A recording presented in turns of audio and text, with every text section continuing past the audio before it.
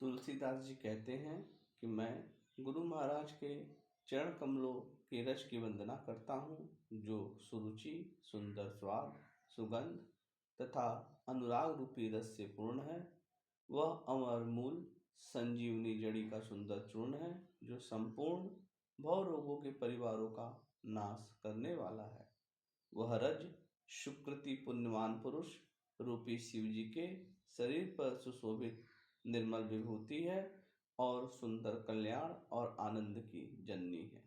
भक्त के मन रूपी सुंदर दर्पण के मैल को दूर करने वाली और तिलक करने से गुणों के समूह को वश में करने वाली है।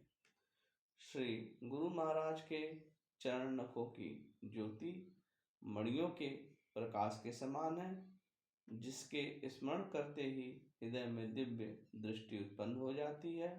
वह प्रकाश अज्ञान रूपी अंधकार का नाश करने वाला है। वह जिसके हृदय में आ जाता है उसके बड़े भाग्य हैं।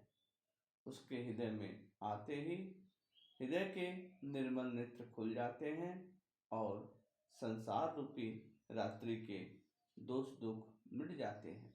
एवं श्री रामचरित रूपी मणि और माणिक्य गुप्त और प्रकट जहाँ जो जिस खान में है वह सब दिखाई पड़ने लगते हैं। जैसे सिद्धांत जनों को नेत्रों में लगाकर साधक सिद्ध और सुजान पर्वतों, वनों और पृथ्वी के अंदर कौतुक के से बहुत से खाने देखते हैं।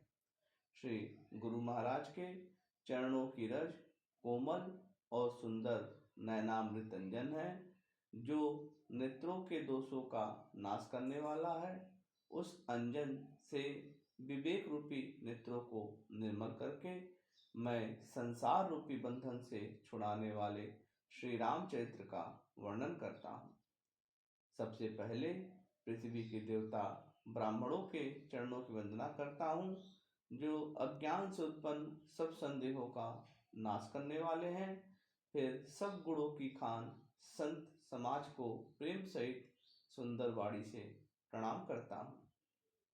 संतों का चरित्र कपास के चरित्र जीवन के समान शुभ है, जिसका फल नीरस, विशद और गुणमय होता है।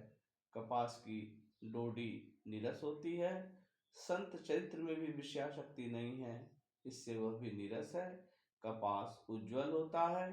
संत का हृदय भी अज्ञान और पाप रूपी अंधकार से रहित होता है, इसीलिए वह विशद है। और कपास में गुण तंतु होते हैं, इसी प्रकार संत का चरित्र भी सद्गुणों का भंडार होता है, इसीलिए वह गुणमय है। जैसे कपास का धागा सुई किए गए हुए छेद को अपना तन देकर ढक देता है, अथवा कपास जैसे लोढ़े जाने, काते जाने और बुने जाने का कष्ट सहकर भी वस्त्र के रूप में परिणित होकर दूसरों के गोपनीय स्थानों को ढकता है, उसी प्रकार संत स्वयं दुख सहकर दूसरों के छिद्रों को ढकता है, जिसके कारण उसने जगत में वंदनीय यश प्राप्त किया है। संतों का समाज आनंद और कल्याणमय है, जो जगत में चलता फिरता तीर्थराज प्रयाग है, जहाँ उस संत समाज रूपी प्रयागराज में राम भक्ति रूपी गंगा जी की धारा है और ब्रह्म विचार का प्रचार सरस्वती जी हैं। विधि और निषेध, यह करो और यह न करो रूपी कर्मों की कथा कलयुग के पापों को हरने वाली सूर्य तनया यमुना जी हैं, और भगवान विष्णु और शंकर की कथाएं त्रिवेणी रूप में सुशोभित है, जो सुनते ही सब आनंद और कल्याण को देने वाली है। उस संत समाज रूपी प्रयाग में अपने धर्म में जो अटल विश्वास है वह अक्षयवट है, और शुभ कर्म ही उस तीर्थराज समाज का परिकर है।